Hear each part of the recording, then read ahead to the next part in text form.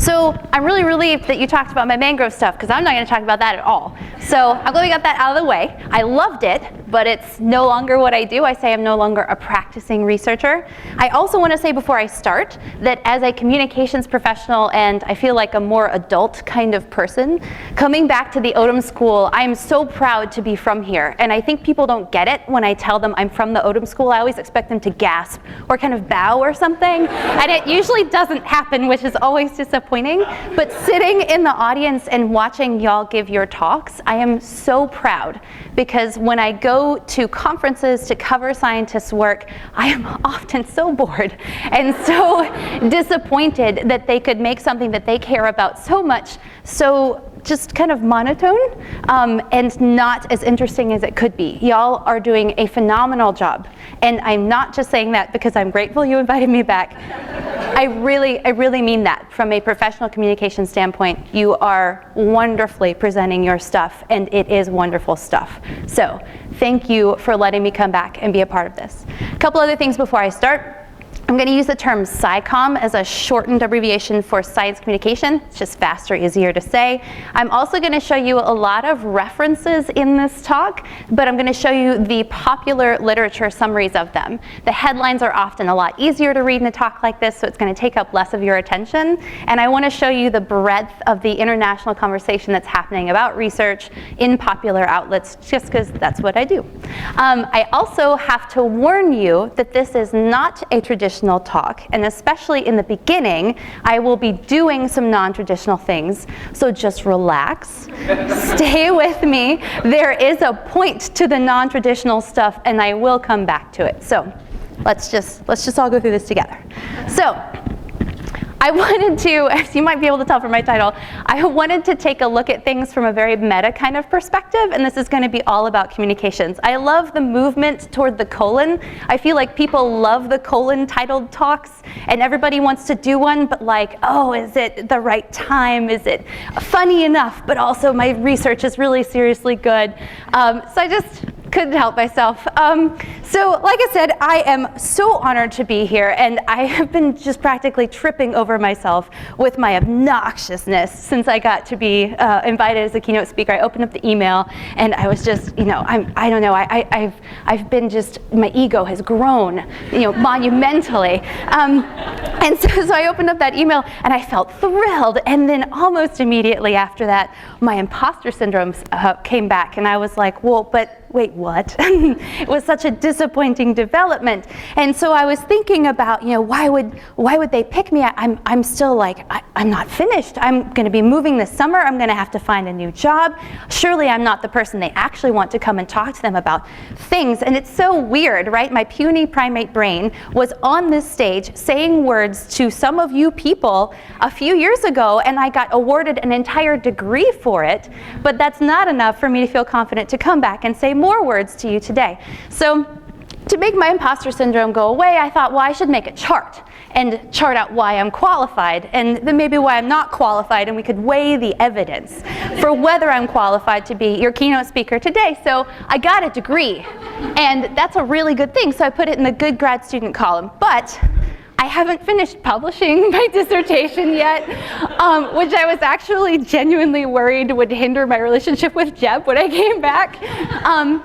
So that's not so good. But then I realized these are unequal amounts of good and bad, right? My PhD is real good, and the not publishing is like not the worst thing that's happened. And so I realized I needed a qualitative element to this scoring system, so I made the PhD real big, because it's real good. And then I started thinking of other things. Why should I be the keynote speaker? Well, I won the 3-minute thesis competition. I'm really proud of that, and that means that I can say words, like better than average probably. I did teaching research. That was really cool. I'm really proud of that too. I had my daughter while I was in grad school, and it didn't take as long as my PhD, so I didn't make it as big on this chart. But it was really good. I really like that. And then I decided I probably wasn't being fair to the bad grad student column. These things were all like really good. So I sat down and I started to think about what I could put in the bad grad student column. Why was I having imposter syndrome? And so I tried to think about bad things from my dissertation. And the first thing I thought of is a conversation I had with Jeb my first summer. I was doing exploratory research in my eventual study system in the mangroves in Florida, and I was measuring responses to some experimental treatments I'd set up. And a lot of the responses I was measuring were in organisms that were nocturnal. And so Jeb pointed it out and said, maybe you should measure them at night. And are you going to? And I thought, well, no, that's when I'm sleeping. But what I said out loud was, no, that's when I'm sleeping. And so then Jeb told me about when he was a grad student, he had a study where he had to go out all hours of the night. And I was just thinking, well, I can't help it if you didn't make the smartest decisions when you were a grad student. And so in the end, I decided to put thoroughly evaluated study methods in the good column.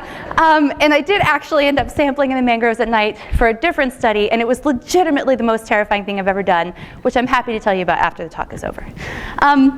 So then I thought, okay, I really have to buckle down and get something in that bad grad student category, right? So what else is like not so good? And I thought again of that first summer, and I thought about how I have night terrors.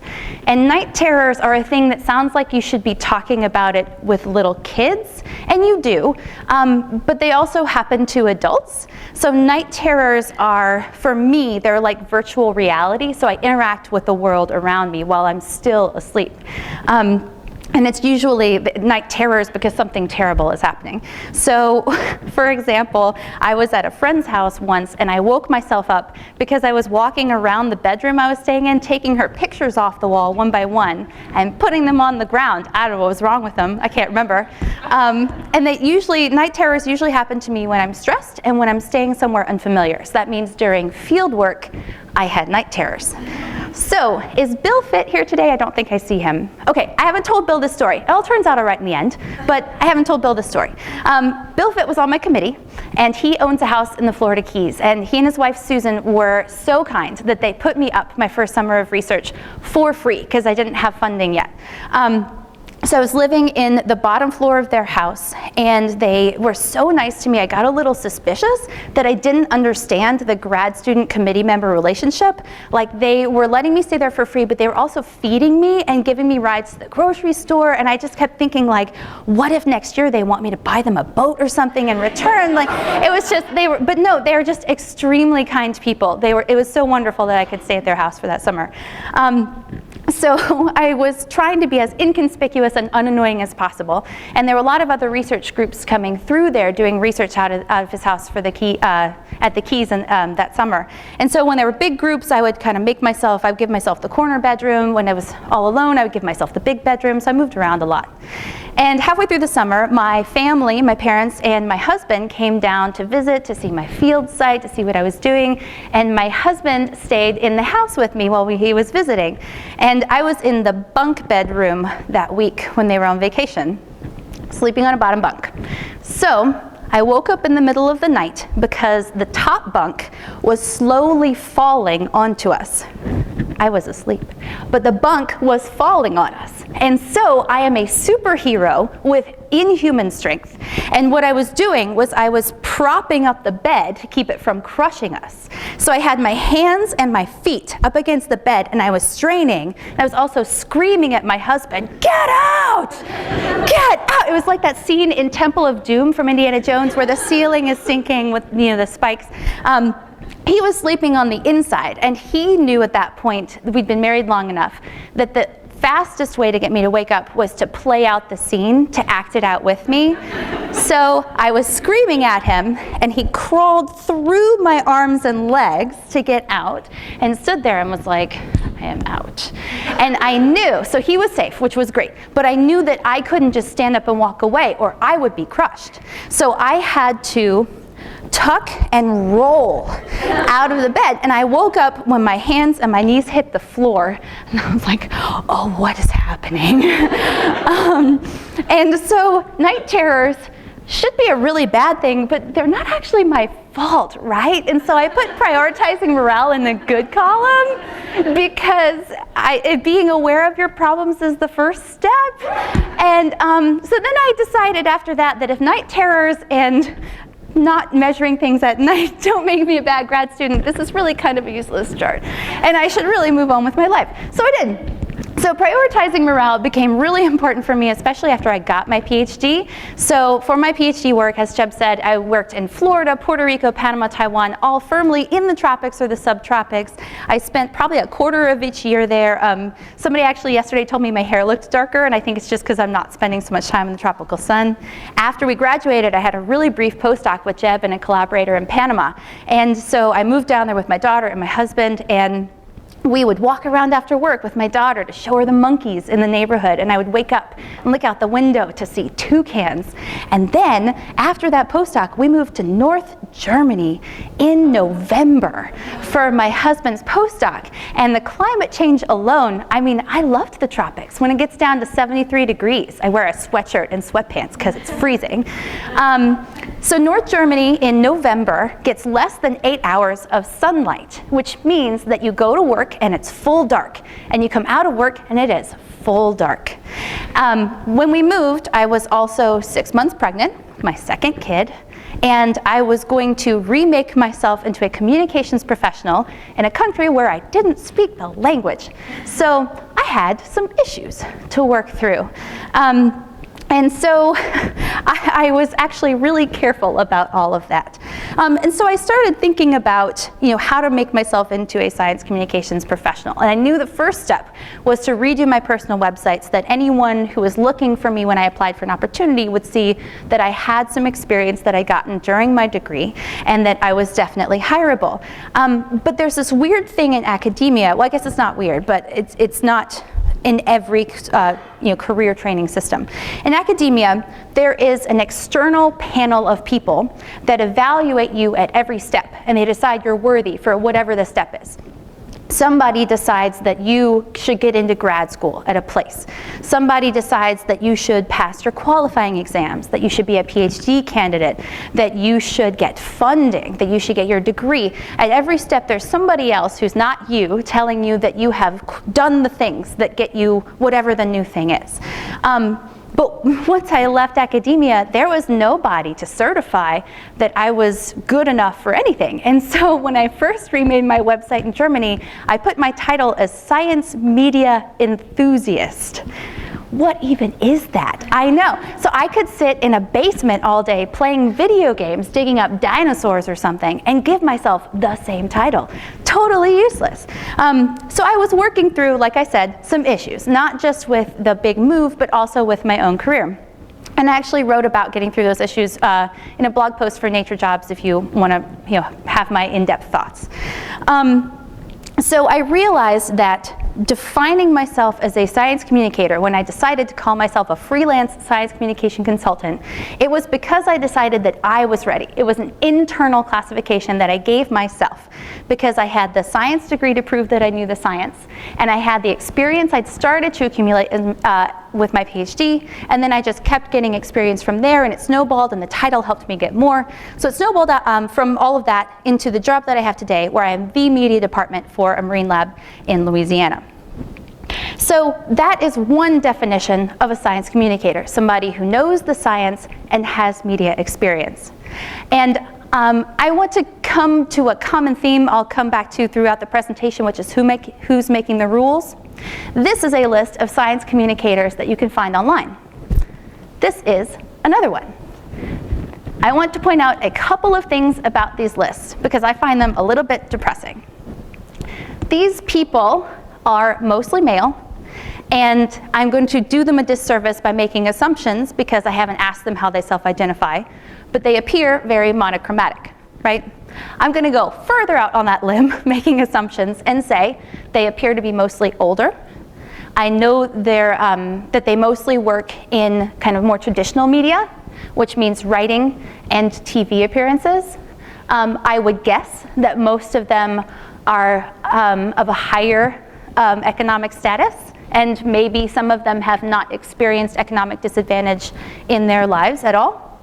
I would also guess that they might have similar religious affiliations. And like I said, I'm going way out on that limb, right? I don't know everything about these people. But I want to ask that question. Who is making the rules?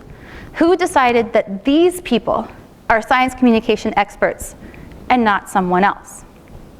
Well, in this case, it's pretty easy to figure out. These are the morning panel of experts for the Sackler Colloquia, the Science of Science Communication 3. And the Sackler Colloquia are associated with the National Academy of Sciences. And that sounds very big and important and kind of unapproachable, right? But really, there were 4 conference organizers. They're listed online. 3 of them are gentlemen in this list, in these pictures here. So 4 people decided that those were science communication experts. And then that list was put together by the author of this book, Declan Fay. So Declan decided those were the people who profile for his book. And they're just people. They just chose them to be science communication experts. So I would like to point out that that list is not very diverse. This matters because scientific attitudes in learners are shaped by personal identity. Learning improves when teachers reflect student identities. Diverse voices tell diverse stories from diverse perspectives in diverse spaces within the online learning, the informal learning landscape. So when you have more diverse science communicators, you are going to more effectively reach more people. So if this is a system that we want to change, we need to recognize that we have some power when it comes to making the rules for who's a science communication expert. So remember how I said earlier that I was defining myself as a science communicator? There is an external component once you leave PhD land, and that is somebody has to agree with your definition of yourself as a career professional enough to pay you to do whatever it is you say you're going to do. So I could call myself a science communicator till the cows come home, but that only works as a career if other people are going to pay me to do science communication. When it comes to changing the system, making your own rules for who a science communications expert is, if you have power to give an opportunity to someone, especially if it involves paying them for it, then you are making a choice in who a science communications expert is. And I want to give you some examples. So it would be really easy to look somebody up and say, you know what, I want Bill Nye to talk about my stuff on TV. That'd be fun, I am sure. But if you have done work that might affect a town 2 states over, you might better accomplish your goals if you work with the mayor of that town to talk to people about what your work means. And in that case, the mayor might be your best choice for a science communicator. Let's say you want to work with a grad student who has a podcast that might reach a population that you're interested in reaching. You could work with a quilting circle to talk to them about what your stuff means and help them make art with you about your work. There are all sorts of people with expertise that you could choose to help you with science communication. So you have the power to make the rules in this instance. So who's making the rules? It could be you. I also want to talk a little bit, pardon me, about this for who is worthy. So there are a large number of people online that you can find in collections of new types of science communicators. So what I mean is every now and then around Twitter or on a blog or something, somebody says, people always ask me for diverse science communicators. We're out here. Everyone respond and we'll make a list. There are now permanent groups and permanent lists online if you need help making your own rule that will reach a particular population, selecting a science communicator that will help you reach your goals. So this screen is piling up with stuff, and it may feel overwhelming. And as a professional who monitors the international science communication dialogue, this is what it feels. It feels this overwhelming to listen to people talk about how scientists should be communicating their work. So we can't talk about partnering with science communication experts and changing the rules without acknowledging all of these calls to action by seemingly everyone that says that you scientists should be communicating. I want to point out a couple things about this pile of stuff. One, they skew heavily towards new media. So some of them talk specifically about outreach very broadly, but most of these are social media related, and Twitter especially gets a lot of attention. Scientists should be on Twitter. The second thing that I want to point out is that if I make the assumption that most of you are employed by the University of Georgia, I would like to point out how absent your employer is from that pile. And this is not a criticism of UGA or of the Odum School, because I don't actually know their stance on this kind of call to action at all. What I mean is that if we say scientists should be communicating their work, that needs to match the incentives and the rewards system in academia. And right now, it does not. So if you think about what hiring committees consider for hiring faculty, what people tell you that you should be doing to get a postdoc or to move on, it's usually publications and grants, right? People will consider your outreach activities, and specific evaluations for projects or for people might include considerations of your outreach or communications activities. But by and large, the system internationally, the academic system, does not reward or incentivize science communication activities. And if we want scientists to communicate that work, the rules are just going to have to change. So I want to go back to that question, who's making the rules? Then who was that making all those calls? You will see that those calls to action are in peer-reviewed journals, Science and Nature. Some of them are in popular spaces. Some of them are in really broad publications like Forbes publishes things sometimes about how scientists should be on Twitter.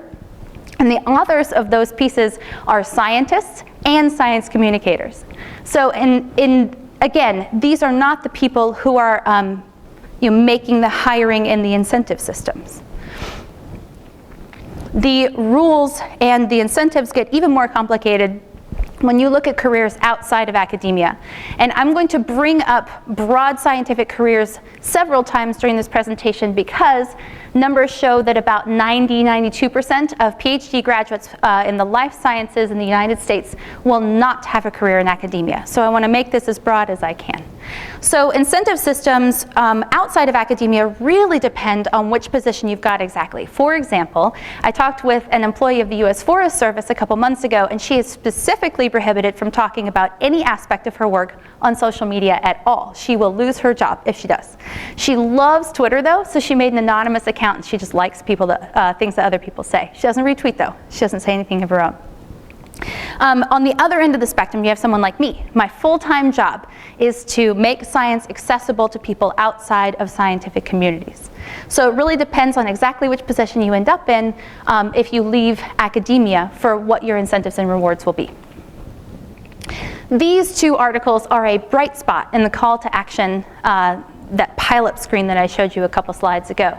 So these two argue that while scientists, their premise is that scientists in this country are one way or another almost all funded, at least in part, by taxpayer money, which means that they have a civic duty to make their results accessible to the public. And that's, I'm fine if you want to argue that with me later, that's cool.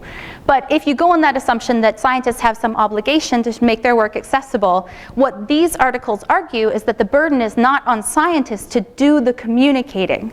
So they say basically, instead of you should be doing SciComm, you should be a good communicator. And the difference is that if you can make sure that your work is accessible to people outside of sciences without doing the communicating yourself, by partnering with someone like me, like Beth, like Ben, like the University Communications Office, like that grad student who has a podcast on the side, like the Quilting Circle. You could make a VR experience about your work to share it with people. You could partner with someone who would do that for you.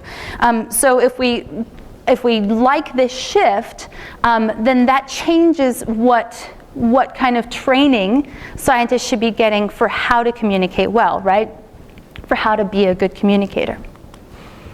So I want to pause for a second and talk about how communications can be good for your career, how being a good communicator can advance your career in the sciences. There is a giant list. First up, outreach. You can fulfill the broader impacts that most people want to see. You can get job satisfaction because you are having an impact when you share your work. And if you leave the academy, a lot of places, let's say you're working for a museum, education might be a specific component of your job.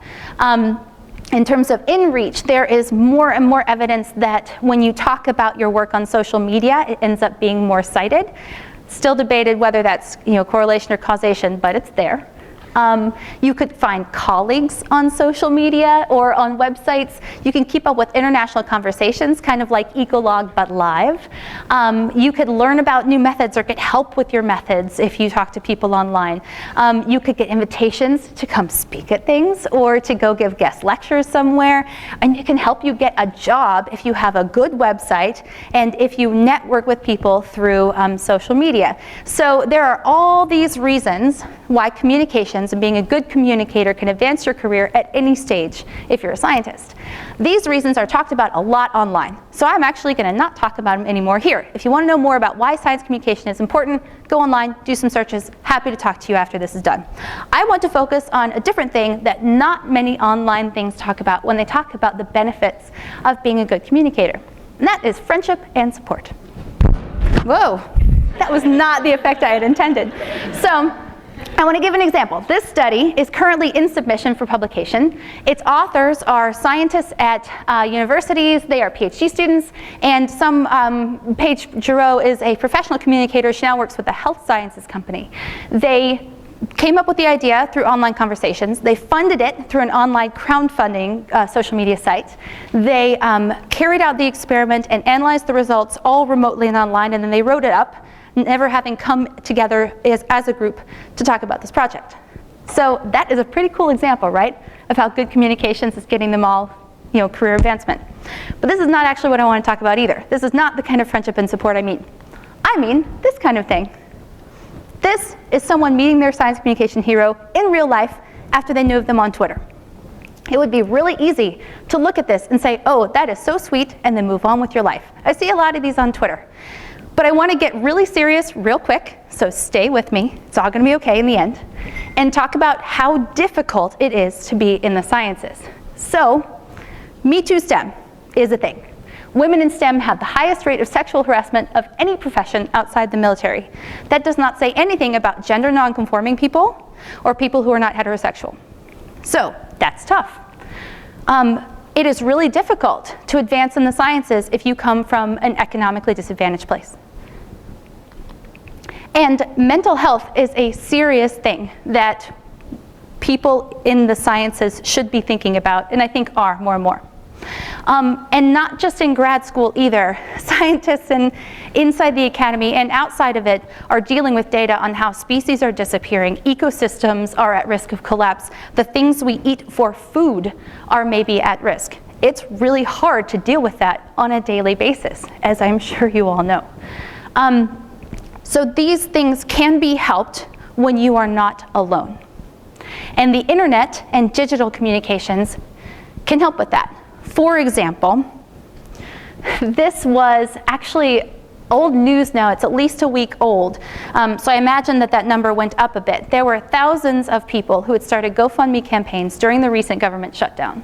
And these are not just people that are receiving virtual hugs or pats on the back from their friends online. These are real impacts done entirely through social media that are helping families when they are having a tough time.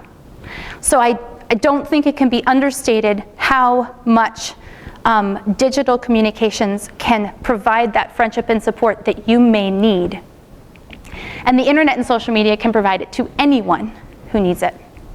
So stated another way, communications can help your career in tangible, measurable ways and in intangible ways. So, if you are to be a good communicator, part of the difficulty is getting started, right? So I want to, real quick, take away the intimidation factor that may make you feel like you can't be a good communicator, that may prevent you from getting started once you leave the seminar. So there are a couple things you need to know. Number one, the public is a myth. The public really just means non-scientists, which means everyone except people who are scientists. That's a really big group. That includes people who are in Chinatown in Los Angeles, farmers in Iowa. It includes people who speak different languages in different places. If you are setting a goal to reach the public, that goal is too broad. So, thing number one that you should know when you are getting started.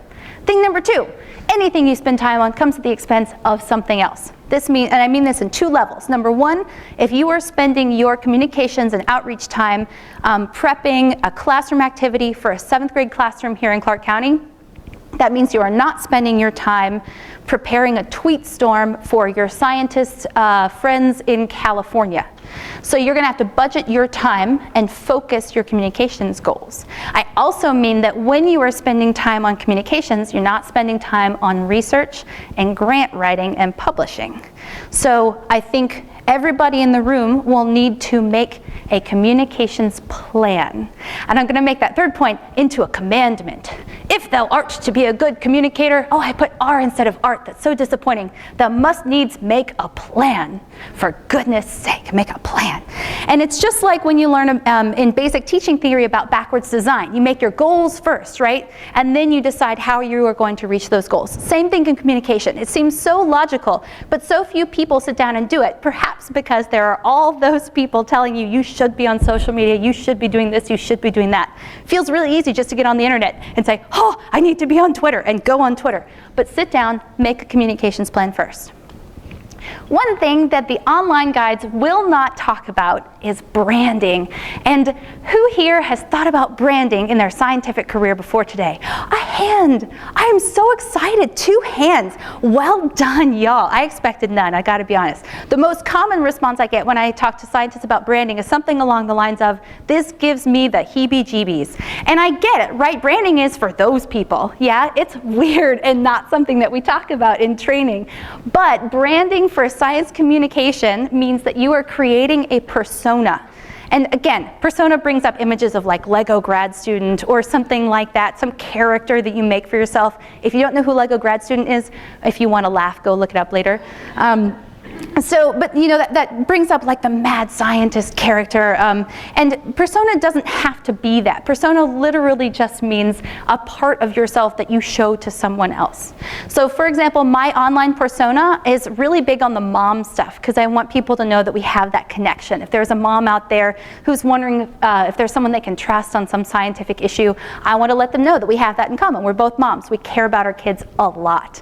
But I want my kids to decide if they want to be online for themselves. So I never post pictures of my kids. There is one picture of my kids that's in a publicly accessible space. It's just part of my persona. Mom, but I don't need to show you my kids. So when you are developing your persona, I want you to know that this matters. So there is Pew Research data from 2016 that shows that people want to hear from scientists. People generally think that the information that scientists are producing, by and large, is trustworthy, and they will go to they trust that information to be more accurate than the information created by people, let's say if it's on climate change, people from the oil industry or something like that. However, that means that they view scientists as a group as competent, and survey data from Stanford shows that they also view scientists as cold. And being competent and cold is a combination that elicits resentment and envy instead of sympathy and trust. If we are to change this, we have to change our online persona, our public persona, to be warm and trustworthy. So persona and branding matters for public perceptions of science. So I want you to, we're going to do a little exercise. It's going to take about a minute. I want to take away that scary intimidation factor, okay? So, what's your brand? We're going to get started right now. I want you to take 20 seconds. You are allowed to talk to your neighbors. And I want you to create 3 words that describe you. Not necessarily your online persona, but just you. Take 3 words that describe you. You are allowed to discuss this with your friends. Go. 20 seconds.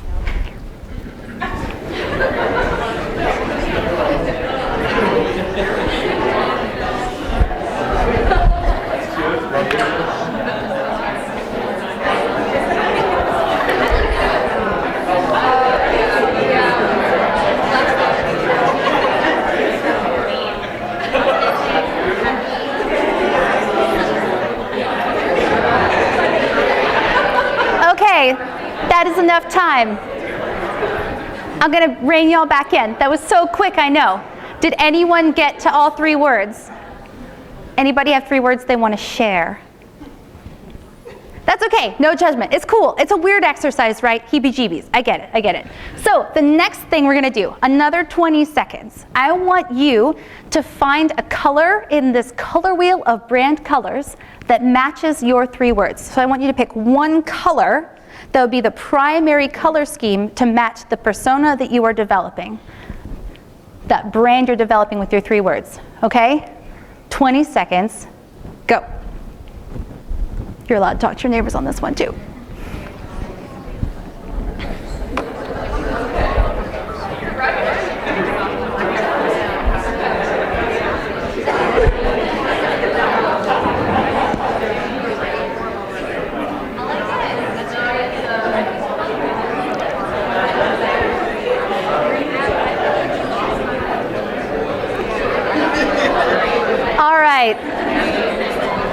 And I'm going to bring y'all back in. Does anyone want to share anything about their color? Anyone want to say anything about their color? I'm 2 colors. You're 2 colors? I like green vireo because it's a bird.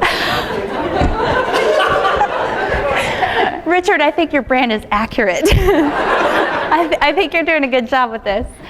Okay, so that was weird, right? And that was really quick. But you just got started creating your brand. You just got started with what your communications plan might be. Okay? It is as easy as that. You just have to take the time. I also want to point out, I have a PhD in science, just like some of you will have. Yes, I have experience, but that just means that I have taken the time to sit down and think real hard about this stuff, and do it for a number of years now too. But that means that you could do this too. This is not out of reach. This is something that you can do. You just have to decide that you're going to, and then take the time. Okay? So, back to who is making the rules. If your brand is a little bit non-conventional, that's okay. Humor is used all the time in advertising, but usually not in the sciences. How many job ads do we put out for professors that are funny, that have jokes in them? Not so many. But that doesn't mean that it's not done. It just means it's not done in the sciences. Have you seen that t-shirt that says, "Forget princesses, I'm going to be a scientist"? That makes me so mad. You can like princesses and science. So if you find yourself feeling like you really want to do makeup tutorials, and that's how you're going to connect with people, and then occasionally slip in a little science thing, sneaky science, I love it. Do that. And don't let people tell you that that kind of stuff doesn't mix. This is a STEM fashion company. They make space dresses, among other things. Okay? So if somebody tells you it's not done, what they mean is it's not usually done in science. And you should ask them, who is making that rule? And is it a rule that you want to follow? Okay, I'm going to talk to you about the 80-20 rule, which is on this really pretty poster. 20% of your activities will account for 80% of your results. This is the kind of thing you'll get when you search for the 80-20 rule online. Actually, it's called the Pareto principle. It's used a lot in economics. It was introduced by Wilfred Pareto in the 1800s at a university. He was speaking in Italy about how 80% of Italian land at that time was owned by 20% of its population. And this seems very unrelated to science communication. Again, we'll get there. So this 80-20 rule has been adapted in all kinds of ways to meet people's different needs. So in business, the rule is that 20% of your customers are going to make 80% of your purchases. In advertising, it's that 20% of your ads result in 80% of your revenue. In social media, it means that 80% of your content should not be about the stuff that you most want people to learn. Because you have to establish that connection. You have to make it a two-way conversation. Because when you have that 20%, the stuff that's really important to you, you have to make sure there's somebody else that you'll be talking with about it. Okay? Again, this is something that is adapted from economics, that is used in business, advertising, and social media in general all the time, but is usually not used in scientific contexts. I use it to justify the kind of content that I put out on the social media streams I manage. I also use it to justify quality over quantity. So don't be afraid to use principles outside of science to inform your brand and your communication strategies. So again, I want to emphasize, when somebody says that's just not how it's done, which has been said to me, what they mean is it's not done in science. So I want to tie everything back in. In the beginning, I had a little bit where I was just telling you stories from my PhD and then from my transition into science communication. And when I gave this talk as a practice talk at my institute before I came here, there was a scientist from my institute who said that I needed to warn you all that I'd be doing something non-traditional, like I did, because he said that when he walked in and I started just talking with stories, it made him feel like I was wasting his time. So I want to ask you, again, this is not something that's normally done. Scientific talks don't normally start with somebody just telling stories and trying to get a laugh out of you. But I want to ask you if it was a waste of your time. And I don't want you to answer that right now because that feels obnoxious. But I want you to really think about this as you leave this talk. Did it make you more interested because I started off in a different way? In a way that maybe set the stage that it would be a really fun talk, I hope? Did it make you more open-minded? Because I told you something different would be coming and then something different happened, but it wasn't the worst. Did it make this talk more memorable? Do you think that you'll remember this talk after today when you think back on the seminars you've heard in this auditorium? Did it make you feel less alone? Because maybe you have imposter syndrome too. And maybe you've also had to work really hard to get where you are. And we share that. That's a common experience in the sciences. Was it a waste of your time? Communications is just one tool of many. I hope that you wield it with some kind of thought. I hope you wield it skillfully, but mostly I hope that you use it as a tool to meet your goals. I hope that you define your own rules when you are becoming a good communicator. I hope those rules let you meet your goals while you are supporting other people, so that science can be for everyone. That's all I've got. Thank you all very much.